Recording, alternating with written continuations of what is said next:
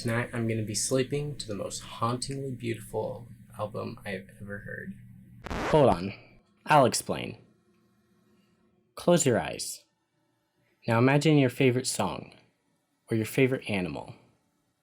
It's not very hard, is it? Well, keep your eyes closed and imagine nothing. This sounds impossible, but it's the closest I can describe to what millions of people are experiencing right now. We'll get back to this later.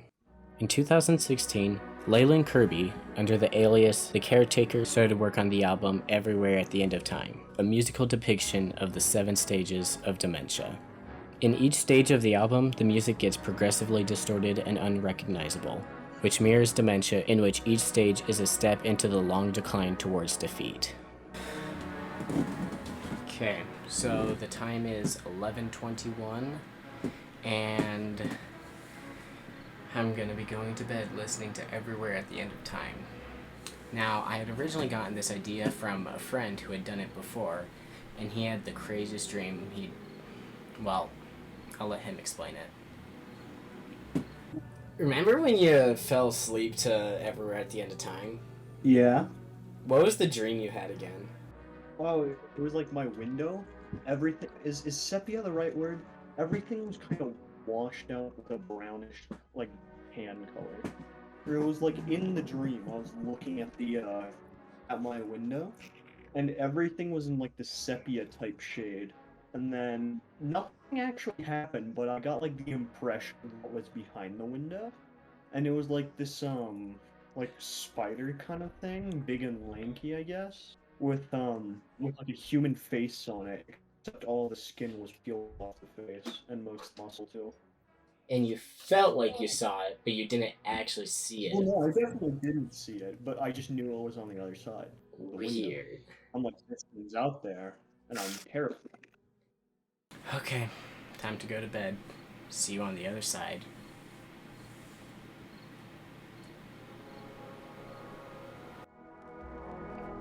So, while that guy is sleeping, I'll give you a little more insight into what Everywhere at the End of Time really is. Starting at stage 1, it has a description that read like this. Here we experience the first signs of memory loss. The stage is like a beautiful daydream, the glory of the old age and recollection, the last of the great days. The titles for most of the songs in this stage are reminiscent of youth and experiencing the world. The following 2 stages are about self-realization and awareness that something is wrong. This leads to a lesser mood, and now confusion takes all control. These final moments show that memories are now far too distant, and the post-awareness stages begin as we enter stage 4.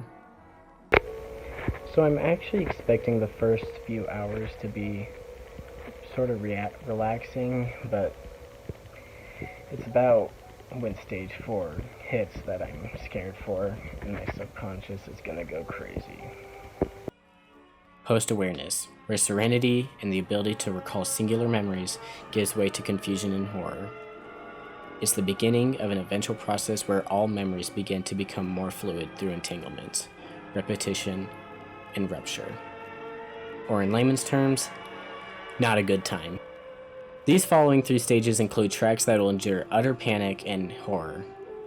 Throughout stage 1 through 3, each stage lasted a standard 3 minutes, but as we enter post-awareness, each track drags to the length of 20 minutes. In the post-awareness stages, the musicality and rhythm of the first 3 stages is gone with, and now there is only noise. Not entirely static, but not familiar either.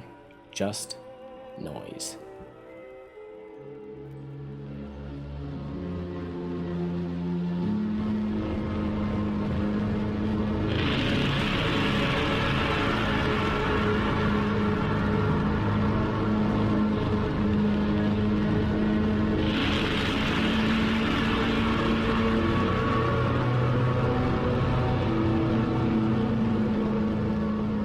The unfamiliar may sound and feel familiar. Time is often spent only in the moment, leading to isolation. Stage 5.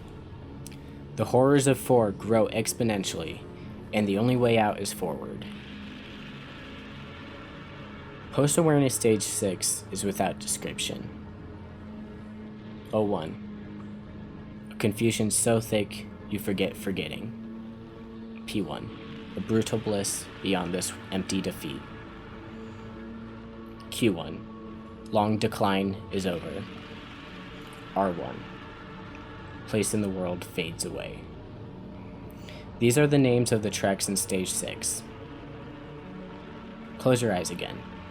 Imagine forgetting to remember something you forgot. Keep your eyes closed. You can never open them again. This is what it's like for people who enter Stage 6.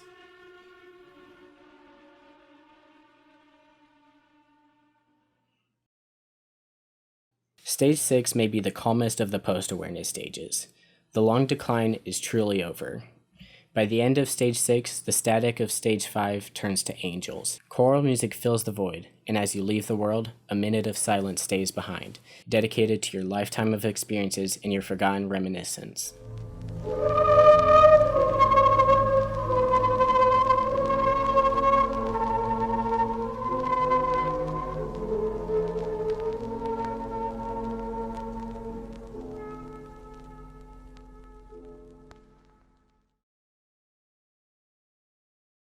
Something we haven't discussed yet is the origin of the music used for the album.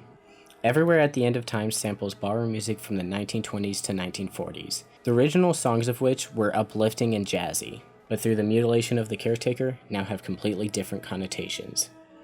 Here's a couple before and afters, for example. Your kiss was such a sacred thing to me. I can't believe it's just a burning memory.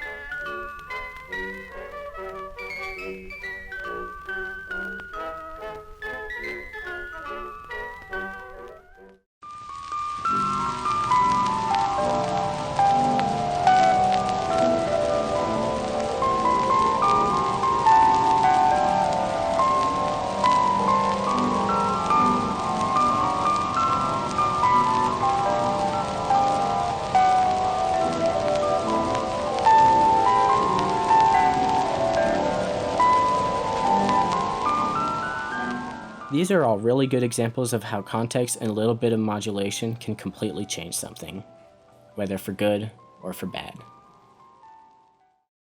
Time is 5:56, 5:57 for future me. At the end, I was awake for the last 30 minutes, and all I really did was just stare at the album art. Listening. The album art. Let's talk about that. All the album art was painted by Ivan Seal, known for uncanny artwork. Much like the rest of Everywhere at the End of Time, the artwork consists of objects disfigured to a point where they're nearly unrecognizable. The artwork for Stage 1 is what I can best describe a paper towel roll. But I've asked other people and I've gotten answers varying from newspaper to a book to something completely different. Stage 2 and 3 are easily assumed to be flowers and vases, but on Stage 2, if you look close, you can possibly see the figures of two people dancing, and on Stage 3, while still recognizable, it's big and you could imagine endless things in the confusion. Stage 4 looks like a bust of a person, but they are looking away, not letting you see their face. Stage 5 is by far the most disfigured, unrecognizable painting of them all. I cannot even begin to describe it. And finally, Stage 6. I usually hear two versions of what people think this is. One is a blank canvas, and the one that I see, the backside of a painting. Despite that, they both come to mean the same thing. You cannot see the painting, because you're no longer able to look at the world. Okay, so first of all, I'm gonna tell you this. I am never going to do this again. This was the most stressful and panicked sleep I have ever had. I didn't have any nightmares, but despite that, I couldn't sleep until stage 4. I was completely stressed out. And by the time I did wake up, I was confused and panicked, which was not fun. But yet, despite that, I would absolutely have to recommend this to anyone willing to try it. It may have been terrifying, but it gave me a new perspective into dementia. I wish you good luck and a good day.